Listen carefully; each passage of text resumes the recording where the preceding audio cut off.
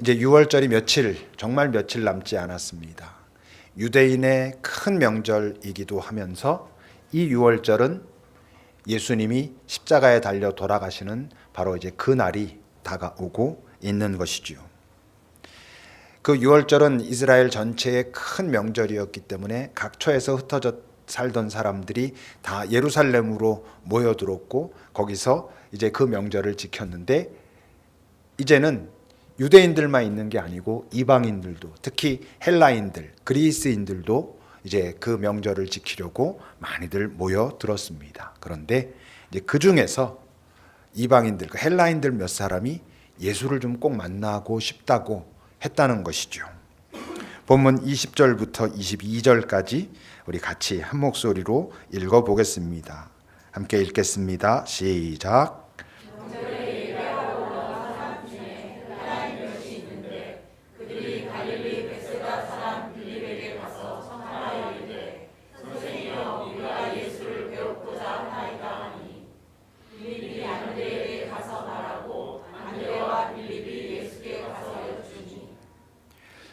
이 사람들은 뭐 정말 엄청 심각한 어떤 주제가 있어서, 어떤 내용이 있어서 예수를 만나려고 했던 것은 아마 아닐 겁니다. 지금 그 절기는 우리는 예수님을 아니까 이제 이 6월절이 예수님이 십자가에 달리는 그 사건이 있는 날이다 해서 예수님께 집중하지만, 이 당시는 그냥 이스라엘의 명절이었었거든요. 그런데 지금 이 때가 어떤 때냐 하면 예수라고 하는 분이 되게 이슈가 돼 있는 그런 때인데, 이제 먼 곳에서 온 사람들 중에 일부 헬라인들이 예수에 대한 이야기들을 들었고, 그걸 들으면서 뭔가 그 마음에 울림이 있었고, 아, 이분을 꼭 좀 만나보고 싶다. 만나서 내 얘기도 하고 그분의 이야기도 듣고 꼭 한번 봤으면 좋겠다라고 했던 것이죠. 이제 그렇게 했기 때문에 빌립에게 가서 말하고, 또 잘 예수님께로 인도해 가는 안드레에게 빌립이 가서 또 말하고, 함께 이제 예수님을 만난 것이죠. 자, 근데 나중에는 이제 알겠죠. 이들이 뭘 알겠어요. 이렇게 나중에 예수님의 죽음, 부활, 또 예수님을 또 이렇게 좀 더 알게 된 사람들이라면 돌아보면서 어땠을 것 같습니까? 야, 그때가 이 땅에 인간으로 사시는 예수, 십자가에 달리기 전에 예수를 내가 만날 수 있었던 마지막 기회였구나. 그때 내가 그냥 심각한 어떤 문제가 있어서 그런 것도 아니었지만 어쨌건 그분이 굉장히 만나고 싶어 했고, 이렇게 해서 그분을 만났던 게 그때가 아니었으면 내가 그분을 만날 수 없었겠구나. 이런 놀라움, 감동, 이런 게 있었을 거 아닙니까? 다행이다. 너무 다행이다. 내가 그때 너무 잘했다. 너무 고맙다. 이랬을 것 같지 않습니까? 예수님께 감사한 거는 물론 그들이 잊을 수 없는 두 사람이 있죠. 빌립, 안드레. 나중에 생각해 보면 얼마나 고마웠겠어요. 뭐 사실 정신없이 막 그럴 때였는데 가서 말했더니 친절하게 또 안드레에게 가고 같이 또 예수님께 가고 소개해주고 같이 나눌 수 있고 이런 시간들을 가졌으니 말입니다. 쑥 지나가면 아무것도 아닌 것 같아도 이게 당사자라고 한다면, 나중에 예수님을 좀 더 깊이 알게 됐다면, 그 십자가에 달리기 며칠 전에 만났던 그 만남이 얼마나 일생 동안 소중한 시간이겠습니까? 그 앞에 부분, 지금 이 말씀을 이렇게 읽으면서 그런 생각이 들었습니다. 우리 급익교회는 안드레 같았으면 좋겠고, 우리 여기는 각 지체들은 빌립 같았으면 좋겠다. 이런 생각들이 이렇게 들더라고요. 안드레는 예수님께 인도하는 그런 은사가 있었던 사람이잖아요. 요한복음 처음 시작할 때도 안드레가 먼저 예수님 만났고, 그가 가서 베드로에게 가서 내가 메시아 만났다, 같이 가자, 그래서 그랬고, 오병이어의 기적도 어땠어요? 사람들은 에이 안 됩니다 이랬을 때 안드레는 그거 찾아가지고 아이 데리고 예수님께 인도해가지고 그 일이 일어나게끔 도왔고, 오늘도 빌립에게 갔는데 빌립이 알았던 거죠. 안드레는 그거 참 잘해. 그러니까 안드레에게 가서 말하고 안드레가 예수님께 또 인도해 가고, 빌립은 자기에게 뭔가 예수님에 대한 호기심, 예수님이 필요로 하다라고 하는 그 사람을 예수님께 잘 인도할 수 있는 안드레에게 또 인도하고, 그러니까 여러분들은 예수님이 필요한 사람들을 급익교회로 인도하고, 급입교회는 안드레처럼 예수님께 잘 인도하고 이런 콤비가 잘 맞았으면 좋겠다 이런 생각을 했더랬습니다. 근데 그 역할을 잘 감당하려면 어때야 되겠어요? 먼저 우리 급입교회는 이 교회의 정체성, 교회의 원칙을 잘 지키고 끊임없이 확인하고 우리가 혹시 다른 길로 가고 있진 않은가? 우리가 혹시 이 세상이 좋다라고 하는 것에 휘둘리면서 그걸 지금 막 따라다니며 그러고 있진 않은가? 정말 우리 주님이 이 시대에 이 공동체에 원하시는 것을 고민하고 찾고 시도하고 실행하고 있는가를 고민해야 될 것이고, 빌립의 역할을 하려면 여러분 어때야 될까요? 몇 가지 조건이 있을 것 같아요. 완전하진 않아도 가장 중요한 건 저는 행복해야 될 것 같아요.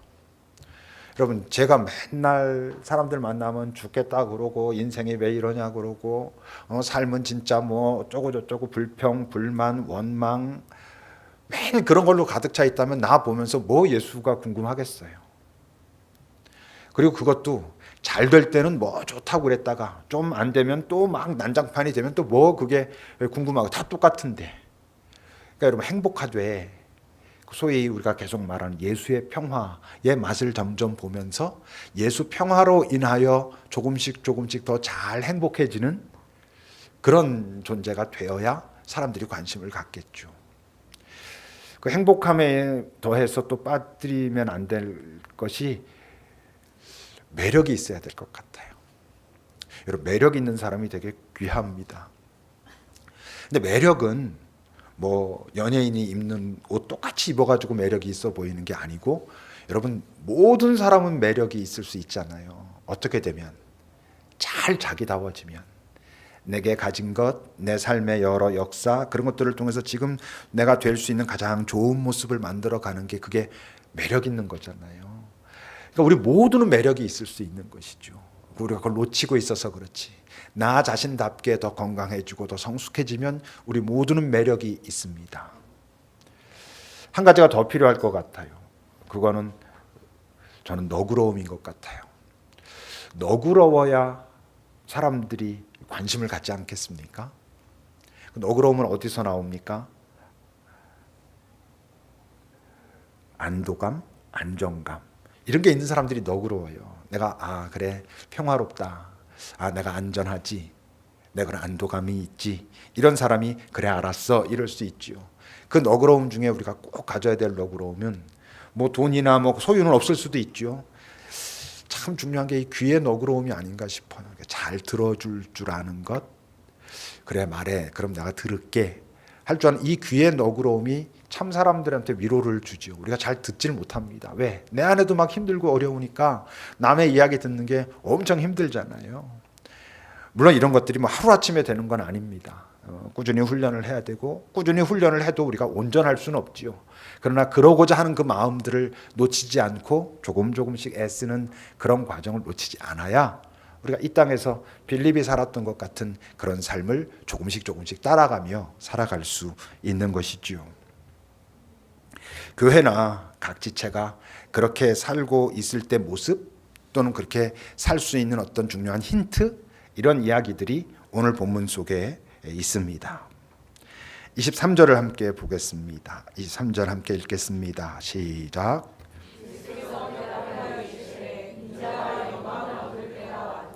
인자가 당신 스스로를 말하는 거죠. 드디어 내가 영광을 얻을 때가 왔다 이렇게 말씀하세요. 요한복음에는 예수의 때에 대한 얘기가 앞에 두 번이 더 나오고 있습니다. 한번 우리가 잘 알고 있다시피 그 요한복음 2장 4절에 보면 어떤 이야기 있어요. 포도주가 떨어져 가지고 지금 사람들이 헤매고 있고 예수님의 어머니 마리아가 와서 이제 그 포도주가 떨어졌다. 그랬을 때 예수님이 뭐라 말씀하십니까? 2장 4절 함께 읽어봅시다. 시작.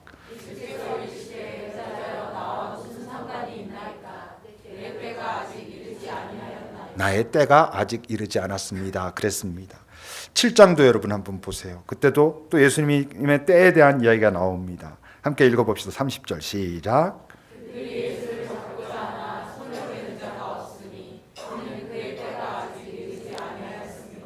그러니까 앞에 부분에 쭉 예수님의 공생애를 이야기할 때는 아직 그의 때가 되지 않았다라는 이야기를 했었고, 이제 드디어 예수님 스스로 당신 입으로 내가 영광을 얻을 때가 되었다라고 말씀하셔요. 그러니까 앞에서 끊임없이 몇 번이나 예수님의 때에 대한 얘기가 있었는데, 예수의 그 때는 어떤 때? 예수님이 영광을 얻을 때, 영광을 받을 때라는 거예요. 물론 이 영광은 어떻겠어요? 이 세상이 말하는 영광이랑은 좀 다르겠죠. 이 세상이 말하는 영광은 뭔가를 성취하고 사람들이 환호하고 이럴 때 영광을 얻는 것인데, 지금 예수님이 말씀하시는 영광은 그거랑은 좀 다른 거예요. 그 영광은 어떤 방식으로 얻는가 하는 이야기가 본문 24절에 있습니다. 같이 읽어봅시다. 본문 24절 시작. 내가 진실로 너희에게 이르노니 하늘의 밀이 땅에 떨어져 죽지 아니하면 하늘 그대로 있고 죽으면 많은 열매를 맺느니라. 하늘의 밀이 땅에 떨어져서 죽지 않으면 그대로 있다. 그럼 죽지 않는 밀이란 그냥 단순하게 말하면 어떤 밀을 말씀하시는 거겠어요? 소위 뭐 이기적 삶 이런 거겠죠. 좁은 의미의 이기적인 삶.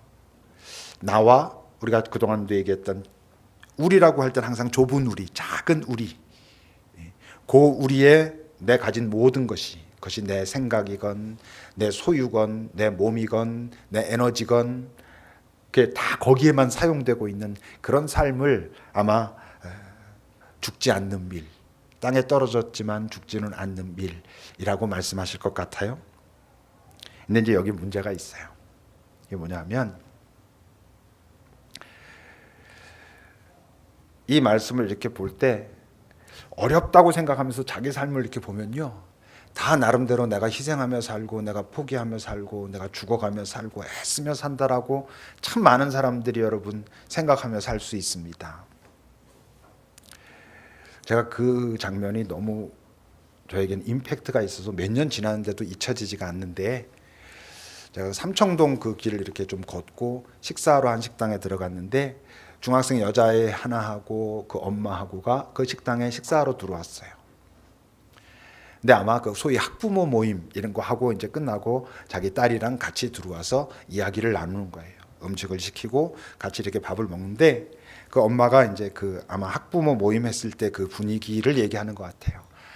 한심하고 내가 구질구질해서 정말 못 살겠다. 뭐 이제 이런 분위기로 얘기를 하면서 너는 아무 염려하지 마. 네가 원하는 거 내가 다 해줄게. 모든 거 내가 다 갖춰주고 다 준비해 줄 테니까 아무 염려하지 마.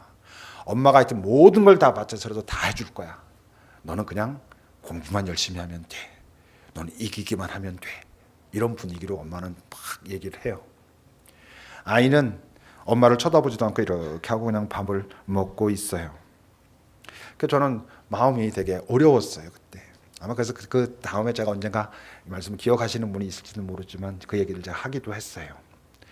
그 엄마는 분명히 어떻게 생각할 거냐 하면 자기 그 아이를 위해서 난 죽는 밀로 살고 있다라고 생각할 가능성이 아주 많아요.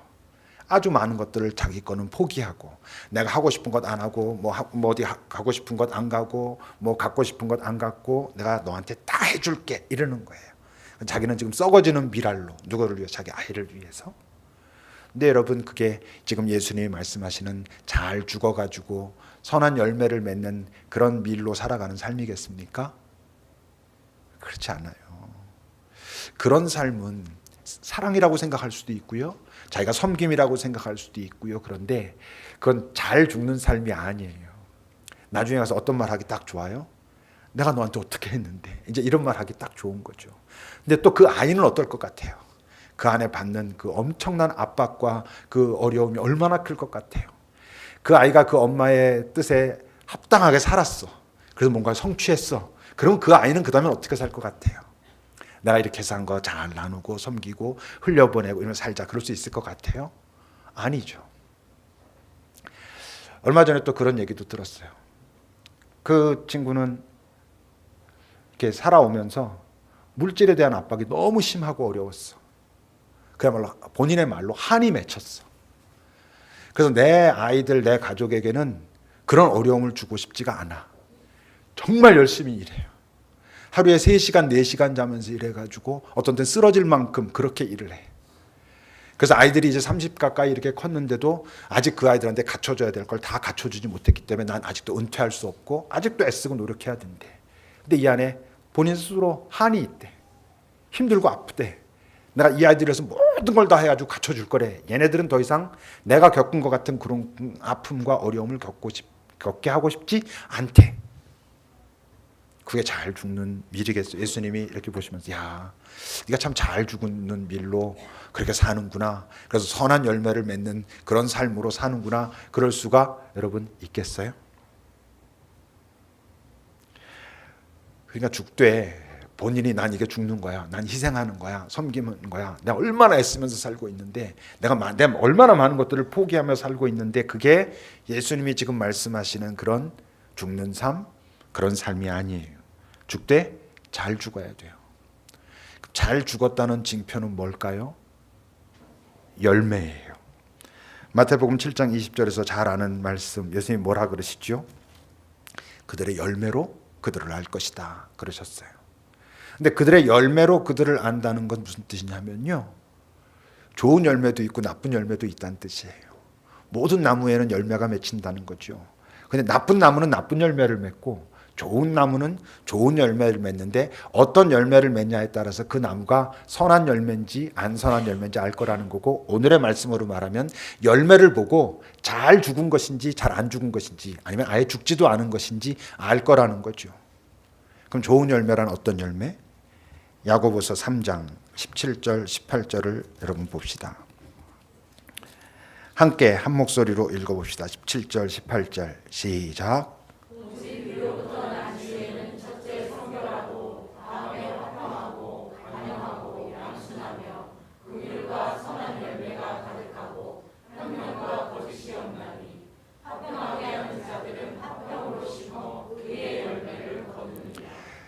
그러니까 사실 열매가 무엇이냐보다 더 중요한 건 그 열매가 가지고 있는 색깔이 뭐냐라는 거예요. 어떤 색깔이어야 된다는 거예요.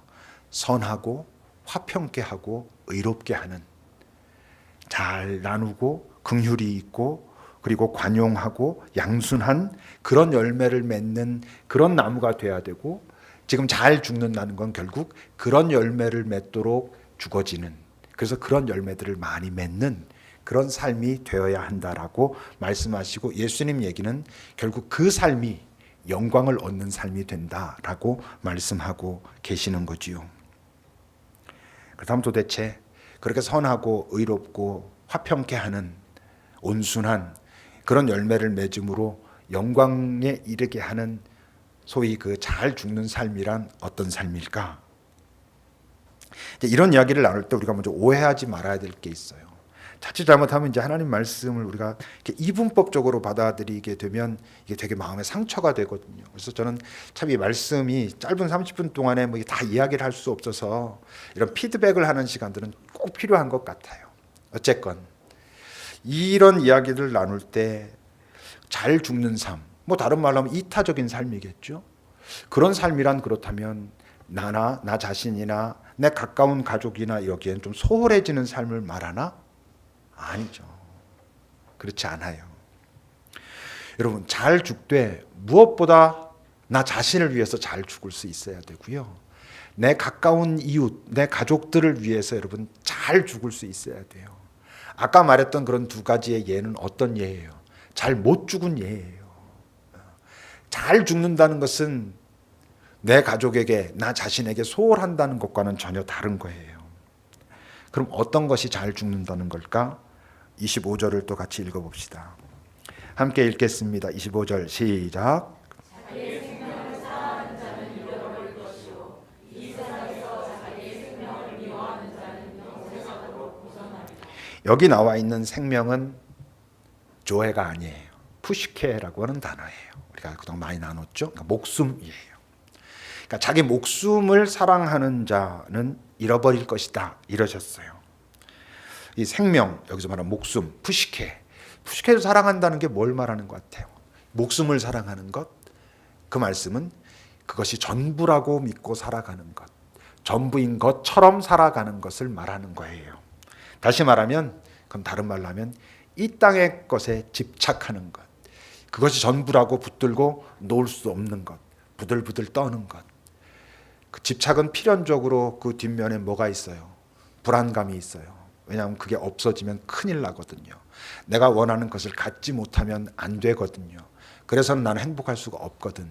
그 집착을 지금 주님은 생명을 사랑한다, 목숨을 사랑한다라고 말씀하고 계세요. 집착이 없는 사람이 어디 있겠어요? 우리 안에. 정도의 차이가 있는 거죠. 근데 그 정도의 차이를 아는 게 되게 중요해요. 야, 집착 없는 사람이 어디 있어? 이렇게 일반화하면 안 돼요. 그래도 내가 좀 자유로울 수 있는, 이 땅의 것으로부터 조금 자유로울 수 있는 정도의 집착이 있고요. 전혀 자유로울 수 없는, 항상 모든 내 온몸과 마음이 긴장되어 있고 경직되어 있는 그런 집착들도 얼마든지 있어요. 정직하면 보여요. 잠깐 멈추고 뒤로 물러서서 가만히 살펴보면 보여요.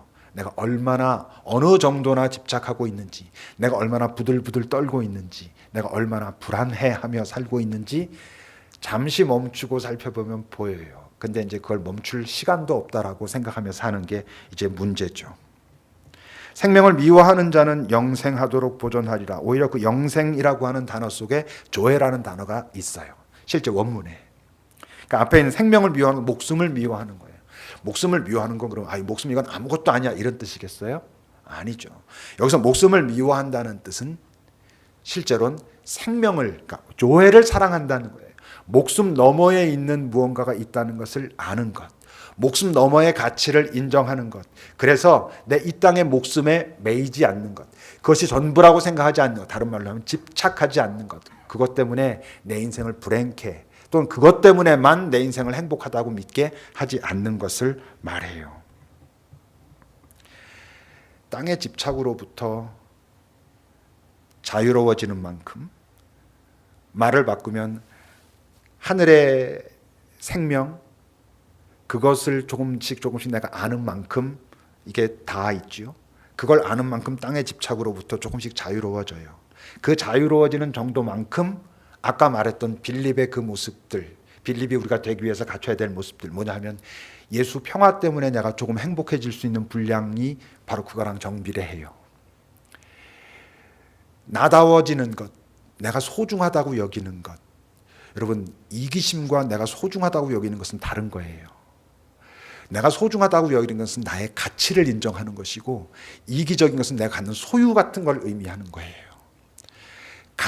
내 가치를 소중히 여기는 사람이 매력이 있어요. 근데 내 가치를 소중히 여기는 그 분량은 뭐와 같으냐 하면 하나님의 생명과 내가 다 있는 분량만큼 내가 소중하다는 걸 알아요.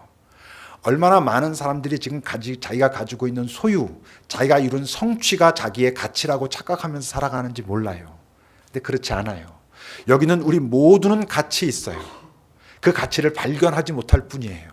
그 가치를 언제 발견할 수 있냐면 그 조회, 하나님의 생명과 닿는 그 분량만큼 내 가치를 알 수 있어요. 내가 소중하게 이 땅에서 살아야 되는 그런 의미가 있는 존재구나라는 걸 알 수 있다고요. 너그러움도 마찬가지예요. 이 땅의 집착으로부터 자유로워지는 만큼 우린 너그러워지는 거예요. 더 많이 갖고 있기 때문에 함부로 허세로 하는 그런 베풀미 아니고 진짜 내 존재가 내 옆에 있는 사람과 나누어질 수 있다고 하는, 내가 아파하고 슬퍼하는 사람의 옆에 앉아 있을 수 있다고 하는 그 너그러움은 이 땅에 집착하지 않을 수 있는 자유로워진 그 분량만큼 가능한 거예요. 그 삶을 예수님은 26절에서 이렇게 말씀하셨어요. 같이 읽어봅시다. 26절 시작. 아닙니다. 저기 26절입니다. 본문 26절. 사람이 나를 섬기려면 같이 읽어봅시다. 시작. 사람이 나를 섬기려면 나를 따르라. 나 있는 곳에 나를 섬기는 자도 거기 있으리니 사람이 나를 섬기면 내 아버지께서 그를 귀히 여기시리라. 여러분, 우리가 예수님을 어떻게 섬겨요? 그게 이제 그 마태복음 이야기겠죠. 25장 40절을 보면 같이 읽어보겠습니다. 시작.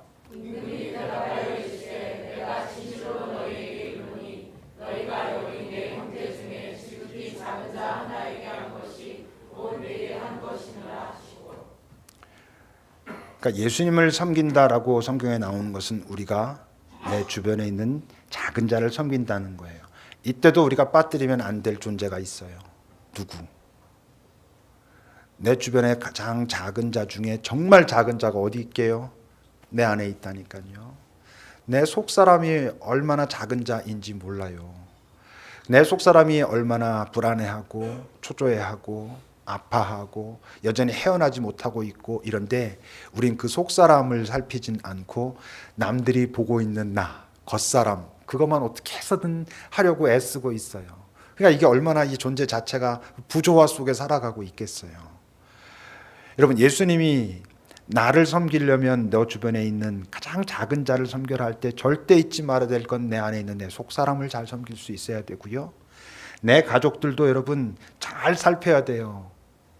어떤 마음으로? 긍휼의 마음을 가지고 바라보며 살펴야 돼요. 내가 내 아이들을 이렇게 보호하고 있어. 그러니까 항상 얘네들은 안전해라고 착각하면 안 돼요. 얘네들이 원하는 거 내가 해주고 있으니까 얘네들은 자기네들이 할 것만 잘하면 돼라고 생각하면 안 돼요. 그들을 긍휼히 여기면서 다시 잘 주님처럼 봐야 돼요. 그 아이들을 내 속사람을 주님을 섬기듯이 그리고 주님이 섬긴다면 어떻게 섬길까 하는 마음을 가지고 보고 섬겨야 그게 잘 섬기는 거고 그런 삶이 잘 죽는 거예요. 그때 아까 말했던 화평케 하는 선한 의로운 열매로 그 하나하나가 자라가요. 내 속사람이 그러고요. 내 가족이 그러고요. 더 나아가서 내 주변에 있는 사람들이 그렇게 살아간다고요. 예수님이 그러셨잖아요. 나 있는 곳에 나를 섬기는 자도 거기 있을 것이다. 나 있는 곳에 나를 섬기는 자도 있을 것이다 그러셨죠.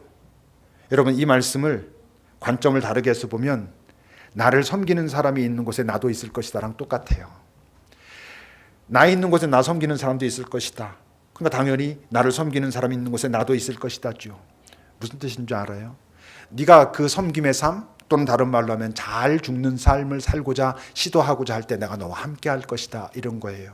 너 혼자 하게 두지 않을 거야. 아니, 너 혼자는 할 수가 없어. 계속 말하잖아요.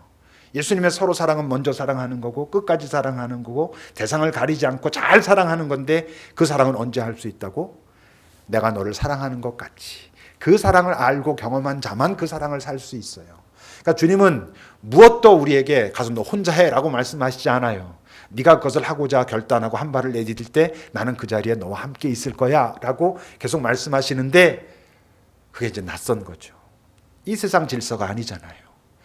내가 죽는다는 게 이 세상 질서가 아니잖아요.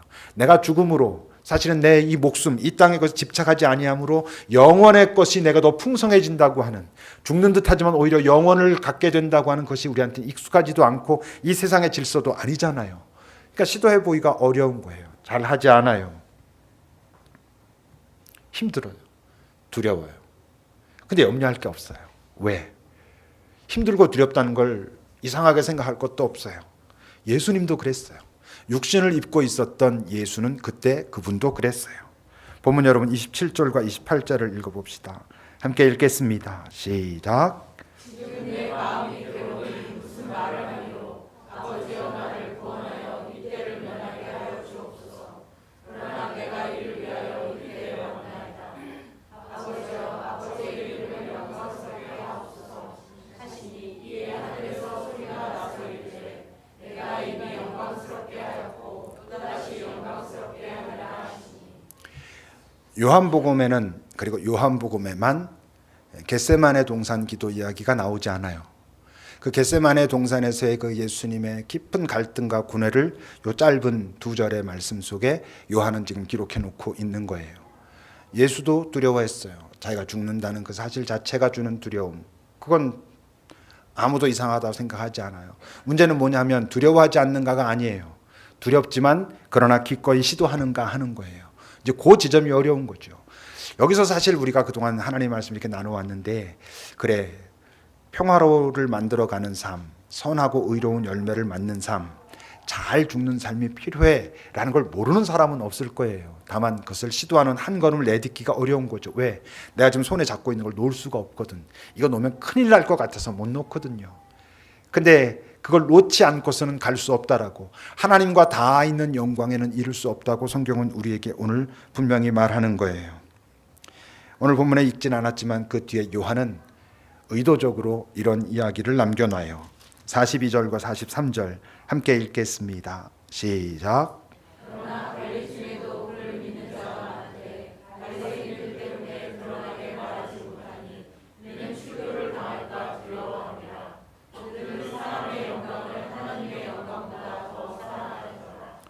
보세요. 그들은 예수를 믿었대요. 예수를 믿었다는 얘기는 예수의 삶의 방식이 무엇인지 이제 느끼기 시작했다는 것을 다 포함해요. 근데 그들은 그것을 드러낼 수 없었어요. 출교를 당할까 두려워했기 때문이에요. 그걸 다른 말로 하면 뭐예요? 자기네들이 지금 가지고 있는 것을 잃어버릴까 봐 두려워하는 거예요. 그것이 없어지면 자기 삶이 망가질 것 같아서 저기 뭐가 있을 것 같은데 라고 하지만 시도하지 못한다는 거예요. 몰랐다는 게 아니에요. 알았다는 거예요. 그런데 시도할 수 없었다는 거예요. 손에 들고 있는 걸 놓으면 큰일 날 것 같아서. 그리고 요한은 분명하게 그들을 질책해요. 그들은 어떤 사람들이냐면 하나님의 영광보다 사람의 영광을 더 사랑했던 사람들이었다라고 질책하는 거예요. 왜 이 질책을 하겠어요? 지금 자기가 이 글을 남기고 있는 자기 공동체에 도전하는 것이죠. 너희들은 어떻게 하겠느냐? 너희들은 사람의 영광 속에 계속 머물러 있겠느냐? 그걸 추구하는 삶을 살겠느냐? 아니면 하나님의 영광에 도전해 보겠느냐라고 자기 공동체에 말하는 거고 우리들에게도 똑같이 말하는 거죠. 여러분들도 선택하셔야 됩니다. 사람의 영광을 포기하는 것이 결코 쉽지 않을 것입니다. 두려울 것입니다. 낯설 것입니다. 그게 정말 될까라는 의심도 들 것입니다. 그런데 시도할 때에라야만 그 자리에서 주님을 진짜 경험하게 될 것이고 시도하기 전에 아무리 머리로 주님을 기억하고 경험한다 해도 그것은 실제가 아닐 것이고 시도해야만 그를 경험할 것이고 그때 비로소 당신은 하나님의 영광이 무엇인지 경험할 것입니다. 잘 죽는 삶이 얼마나 기쁜 것인지 잘 죽는 삶 속에 맺혀지는 열매가 얼마나 나뿐만 아니라 내 주변을 평화롭게 만들 수 있는지 경험하게 될 것입니다. 어찌하시겠습니까? 라고 도전하는 것이죠. 기도합시다. 나 스스로를 주님의 말씀 앞에 잘 비추어 봅시다. 나는 잘 죽는 삶을 선택하고 있는가? 또는 하고 싶은가? 아니면 도저히 죽을 수 없는가? 주님께 구합시다. 있는 모습 그대로. 주님, 그게 정말 내가 영광스럽고 그리고 그게 바로 잘 사는 거라면 내가 그렇게 살아갈 수 있는 용기를, 지혜를, 길을 알려주소서라고 잠시 기도합시다.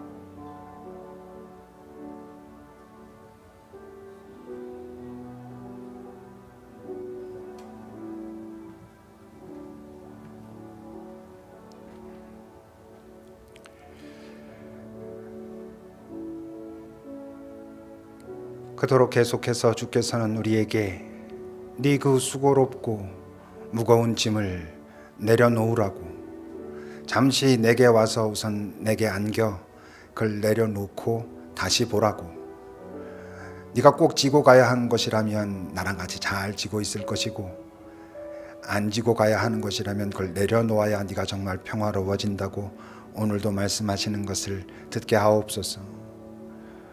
우리가 너무 떨지 않도록, 너무 두려워하지 않도록 먼저 우리에게 당신의 사랑과 위로와 용기로 함께해 주옵소서. 주님, 잠시 내려놓으면 새롭게 보이는 것이 있다는 것을 우리가 경험하며 사는 자들이 되게 하옵소서. 내 손에 무엇을 들고 있는지 조차 제대로 알지 못하고 정말 그것이 무엇인지 잘 알지도 못한 채 움켜쥐곤 놓칠 수 없다고 외치다 마지막에 한탄하지 않도록 잘 보고 주님과 협의하고 주님과 함께 지고 그렇게 걸어가는 인생이 얼마나 나는 물론 내 주변까지 잘 평화롭게 만들어갈 수 있는지 경험하며 살아가는 우리들이 되게 하옵소서. 이 땅에 우리의 목숨이 죽는 것이 정말 죽는 게 아닌 것임을, 생명이 잉태되고 생명이 퍼져가는 복인 것을 우리가 경험하며 살아가게 하옵소서. 예수님의 이름으로 기도합니다. 아멘.